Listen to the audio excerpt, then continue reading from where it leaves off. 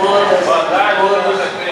Eu vou me dispensar de nominar todos os membros da mesa, para não perder tempo, porque já foram homenageados, lembrados, mais de uma pessoa, sobretudo pelo prefeito. Então eu vou saudar o prefeito, na sua pessoa, saudar todas as autoridades que estão na mesa e que estão também no plenário. No plenário, eu queria escolher uma pessoa para, em nome dela, a pessoa dela, saudar todas as mulheres e todos que se encontram aí no plenário, que é a vereadora prefeita Ângela Guarani.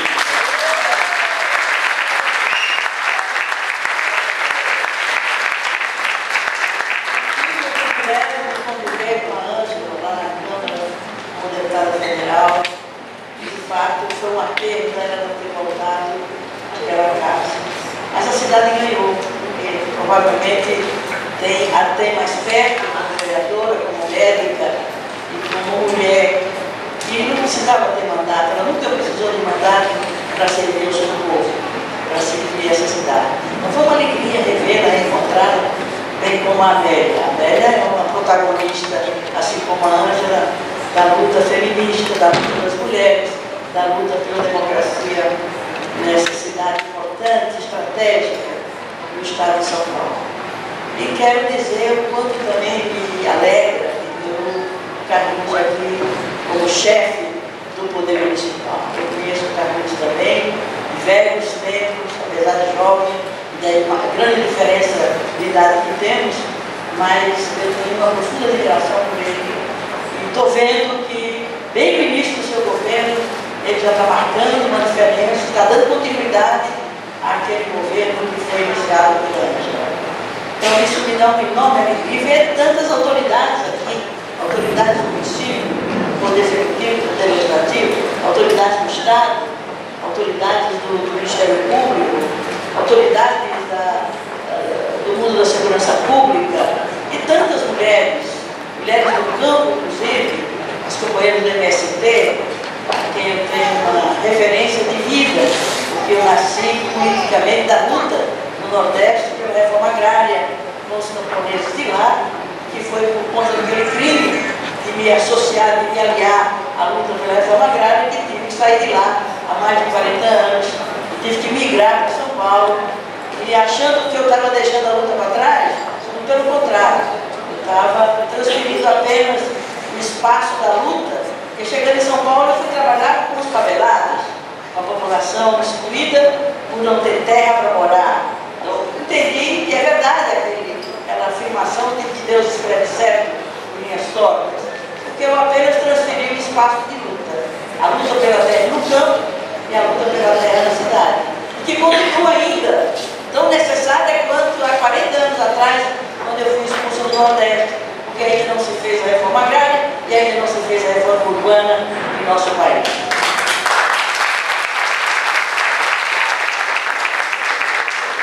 E eu queria agradecer o convite, vim com muita alegria, através da Celina, que também é uma mulher, tem como protagonismo da luta contra a violência contra a mulher, a luta de combate à violência contra a mulher. E ela não faz praticamente, através das entidades das quais ela participa. Portanto, um convite da Celina, da Adélia, da Ângela, sempre para mim uma honra, e sobretudo do governo do Carlinhos Almeida. Então, eu fico feliz de ver também muitos homens aqui, que a luta em defesa dos direitos da mulher é uma luta também dos homens. Que a sociedade não será boa, qualificada, democrática, cidadã, verdadeiramente civilizada, moderna, enquanto os homens não entenderem que a outra metade da sociedade precisa ter o igual espaço da primeira metade ou da segunda metade, que é a metade ocupada pelos homens. E um dia eu estava na periferia de São Paulo, conversando com as mulheres da Zona Leste, e durante a minha conversa eu disse: olha, quanto há injustiça contra nós mulheres, porque somos mais da metade da população, somos metade da população, e no entanto somos tão discriminados em relação a tantas coisas. Aí uma companheirinha lá no fundo da sala levantou e disse: não, nós não somos 50% de mulheres e 50% de homens, nós somos 100%. Mas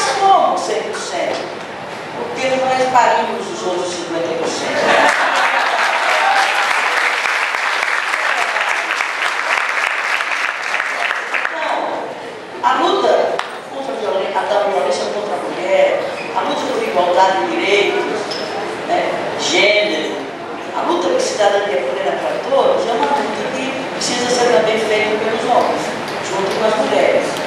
E por isso que os recados, o esforço de conscientização, o processo de formação, né, da consciência de responsabilidades, também terá que ser feita de forma até mais intensa junto aos homens do que junto às mulheres. Porque depende muito deles, por exemplo, a redução, a eliminação da violência, a violência doméstica. É uma tragédia no mundo, mas sobretudo a tragédia no nosso país. São 10 mulheres assassinadas por dia no Brasil. 10 mulheres por dia assassinadas no Brasil hoje. É uma tragédia inaceitável. E isso cabe a homens e mulheres alterar essa realidade. Tanto, e o pior é que o homem violento, em geral, ele vem de uma infância violenta. Não ele cometendo violência, mas ele sendo vítima de violência. É comum, e a Celina estuda isso, a Muna se dedica a vida toda à compreensão dessa realidade de violência contra a mulher, e que por trás de um homem violento, agressivo, assassino, sua companheira, da mãe dos seus filhos, né? Enfim, da sua parceira, em geral ele projeta uma doença psicológica. Claro que todo violento não é doente, né? Mas o próprio fato dele ser uma pessoa violenta já indica um certo desequilíbrio emocional, um certo desequilíbrio psicológico, um certo desequilíbrio humano. Como tal, tem que se verificar as origens da história da maioria desses homens violentos, que em geral passaram por famílias violentas e que eles também foram vítimas de violência. Não há uma realidade trágica, complexa, que precisa ser enfrentada junto com políticas públicas. As políticas públicas por si só não são suficientes para dar uma solução estrutural a esse grave problema da violência doméstica, atingindo sobretudo as mulheres, as crianças, os idosos. E isso precisa acabar, precisa ser eliminado de uma vez por todas.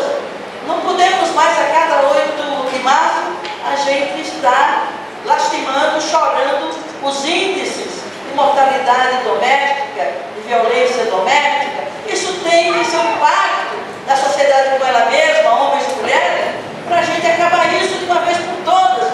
Porque uma família violenta, um homem violento dentro de casa, sem dúvida nenhuma, está reproduzindo um modelo de comportamento para seus filhos, que provavelmente vai reproduzir esse comportamento violento depois de se tornar adultos.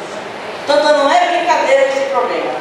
Vamos de uma vez por todas, neste 8 de março, assumir o compromisso cada um de si mesmo. Seja ou não seja autoridade, somos cidadãos todos, para fazer o que lhe cabe fazer. Seja eliminando, se eventualmente se adota certos comportamentos violentos, e não é só o homem que é violento, não, há mulheres também violentas.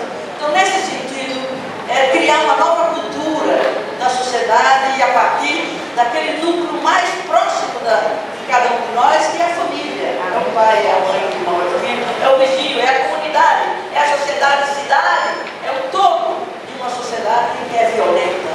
Por isso, os índices de violência em geral da sociedade. Portanto, não é brincadeira, isso é um tema recorrente de todo dia. E tem que dar um basta mesmo. Sem o que nós ficaremos a dever, né, ao nosso povo, às nossas mulheres, aos nossos idosos, às nossas crianças, uma solução definitiva a esse problema. Vocês me propuseram um tema bastante complexo, daria para um curso, para ler uma palestra. Eu não queria tornar esse momento apenas uma palestra. Eu quero dialogar com vocês, num momento tão especial como esse. Temos autoridades de todos os níveis, temos lideranças de mulheres e de homens que expressam o que há de mais representativo nessa cidade, uma cidade importante, como já dissemos no início. Isso mostra que a evolução da presença da mulher nessa cidade explica o fato de tanto interesse e de tanto prestígio que essas presenças aqui sugerem do ponto de vista da celebração dessa data. Eu fico feliz imaginando que o tema que você vocês me deram, não havia nem necessidade da gente abordar, porque de uma certa forma a gente já está percebendo, já é uma prática, pela presença do prefeito aqui, pela presença do seu secretariado, pela presença, certamente pelo prestígio que a cidade tem, trazer o representante da Secretaria de Segurança Pública, trazer o Ministério Público, trazer outras autoridades do Estado, a Assembleia Legislativa, a Câmara também representada aqui. Isso mostra que é possível até dar um salto de qualidade nesse processo de transformar cada mulher em uma protagonista do processo que deve transitar de uma democracia representativa para uma democracia participativa.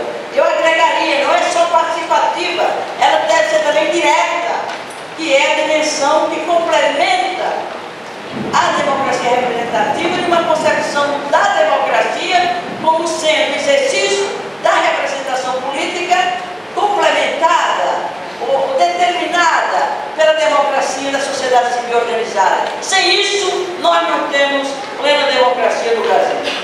Tanto é verdade que o fato de só exercitarmos a democracia representativa através do Congresso Nacional é que essa instituição ela está tão capenga, ela está tão desprestigiada, ela está tão sem legitimidade, ela está tão comprometida moralmente, eticamente, politicamente. Por que isso? Além de ser uma representação que a sociedade define pelo voto direto, democrático, soberano, mas lamentavelmente a partir de um sistema político, de um sistema eleitoral distorcido, cheio de distorções, que impede que essa representação e o voto do cidadão e da cidadã tenham condições de se exercitar de forma a não errar tanto, ou pelo menos não criar tantos resultados insatisfatórios na delegação desse poder quando escolhe alguém para representá-lo, sobretudo no poder legislativo. E isso mostra que enquanto nós não conseguimos pressionar aquele Congresso e não esperemos que ele faça sem uma forte pressão da sociedade civil,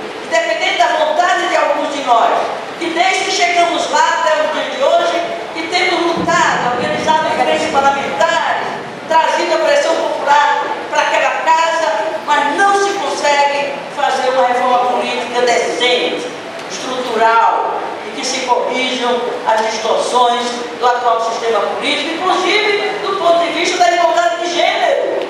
Nós somos menos de 9% daquela casa, enquanto somos 52% eleitores.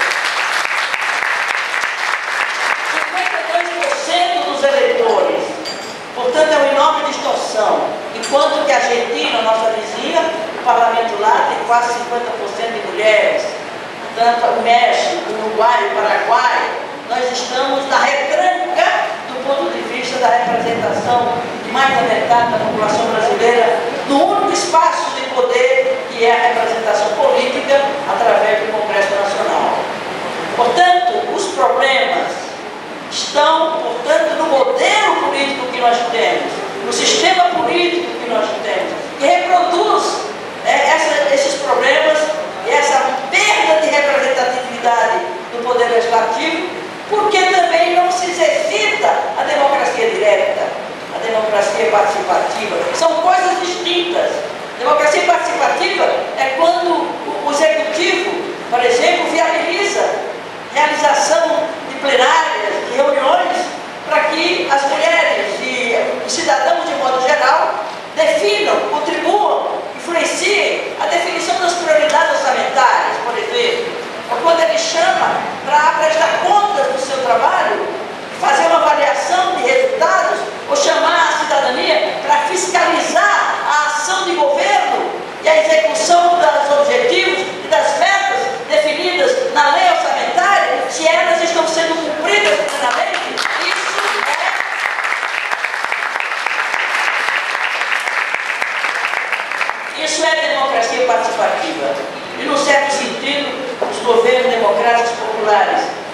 tem existido nesse país, particularmente em São Paulo, também particularmente em São José dos Campos, já viabiliza isso. O orçamento participativo, os conselhos, as reuniões de prestação de contas já acontecem numa certa medida, mas isso é insuficiente. Nós temos uma democracia direta, é o exercício direto do poder, nas decisões estratégicas a respeito das esferas de poder, desde o município até a União. É o que a Islândia acaba de fazer. A Islândia acabou com a democracia representativa.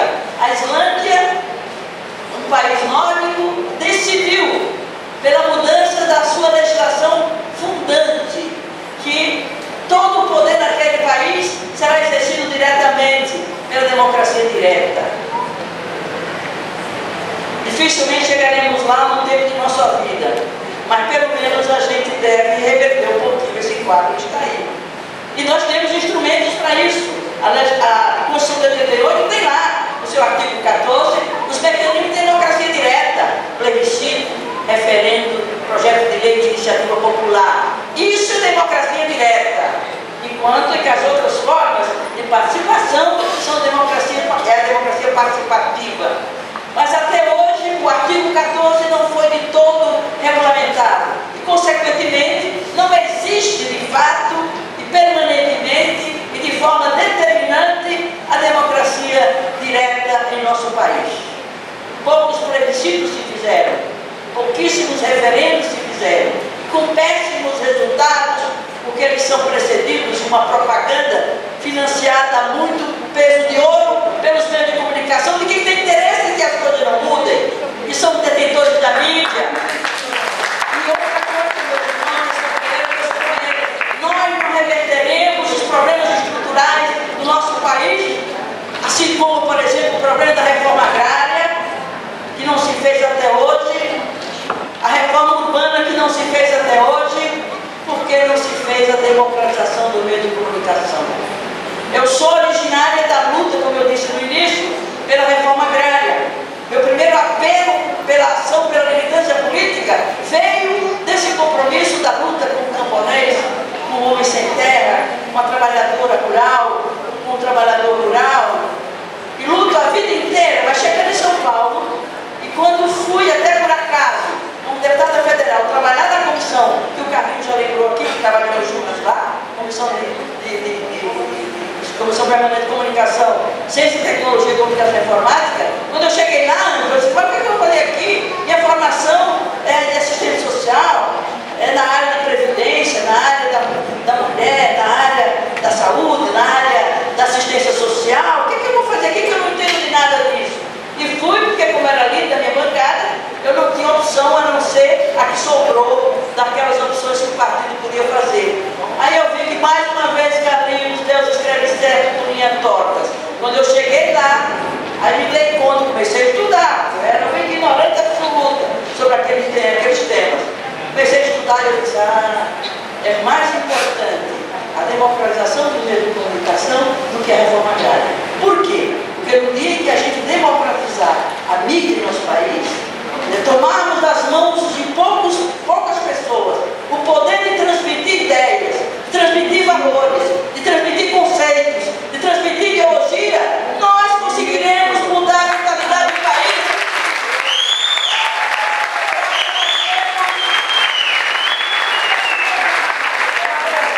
Todas as reformas que precisam ser feitas. E não é porque a Dilma não quer fazer a reforma agrária ou o Lula não quis fazer. É porque eles não tiveram poder de fazer, porque eles realizam um governo de coalizão. E tem desde os fundamentalistas que estão aprontando lá na Câmara, né, até os comunistas que ainda existem por lá, pelo menos no título do partido, e eles não têm força política suficiente para fazer as reformas que precisam. E eles têm medo de fazer essa reforma pela democratização da mídia, porque se sentem ameaçados numa perspectiva eleitoral, porque eles vão massacrar e eles elegem e eles derrotam, como fizeram com o Collor. Quem elegeu o Collor foi agora.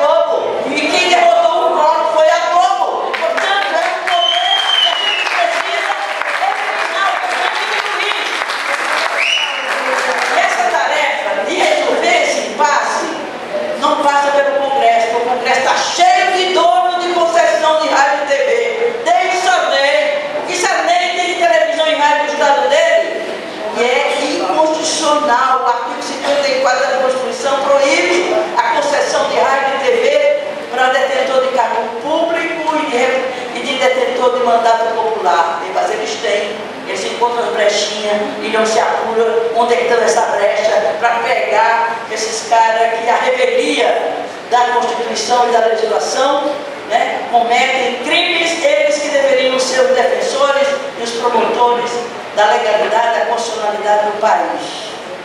Portanto, nós temos muita luta pela frente. Isso tem a ver com a negritude, tem a ver com a questão de gênero, tem a ver com a questão da homofobia, tem a ver com tudo aquilo que é transmitido na visão de quem tem o controle do poder do país, que as coisas apareçam nas novelas e nos programas, a propaganda para a nossa criança, para o nosso adolescente, estimulando o consumo. Isso é feito de forma científica, a partir de pesquisas de mercado, qual é onde fica, né, onde estão os consumidores infantis, como influenciar esses consumidores infantis ou esses adolescentes para pressionar os pais para comprar tais e quais produtos. Isso é feito de forma científica.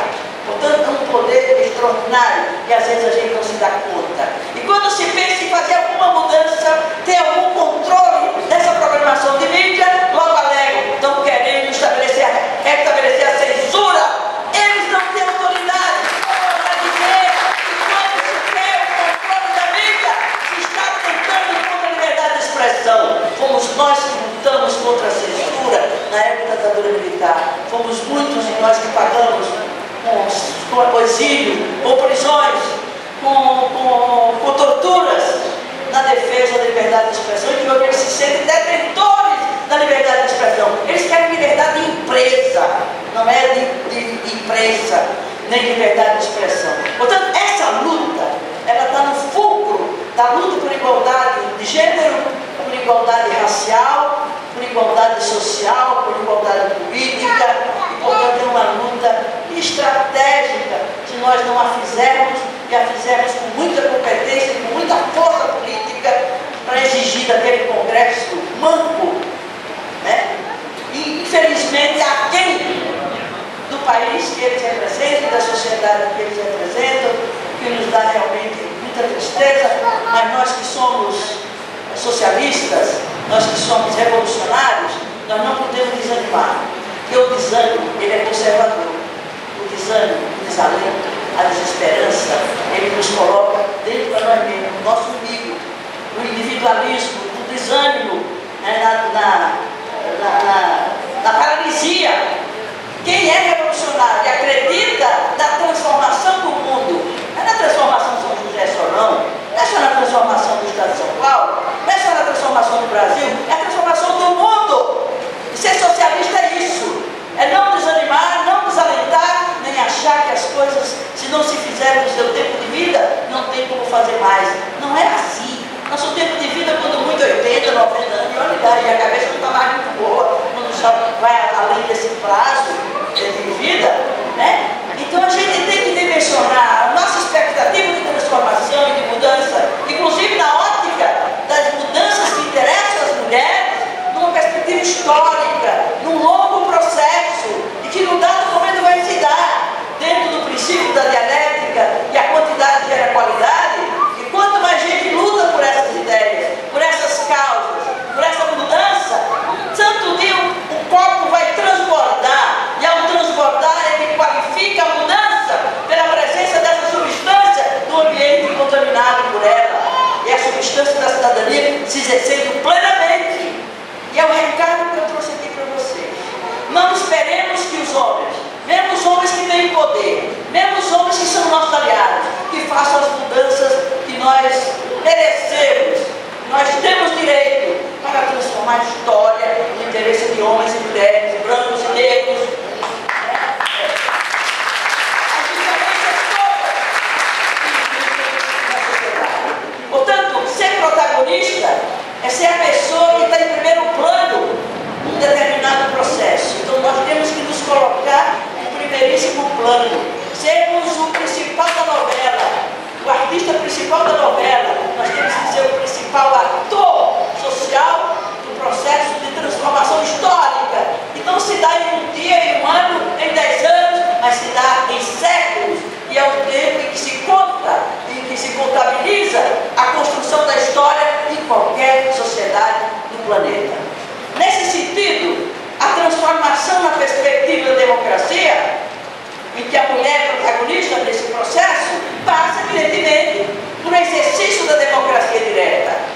democracia participativa. E começando pelo município. Se tem um governo que é aberto, né, que permite, que até estimula, melhor ainda, porque a gente tem abertura para influenciar as decisões a respeito das prioridades orçamentárias, né, a respeito das definições de como vai se destinar o recurso naquele ano, para a perspectiva numa lei orçamentária plurianual, para a gente realmente ser protagonista, ser uma presença ativa, ser uma força determinante.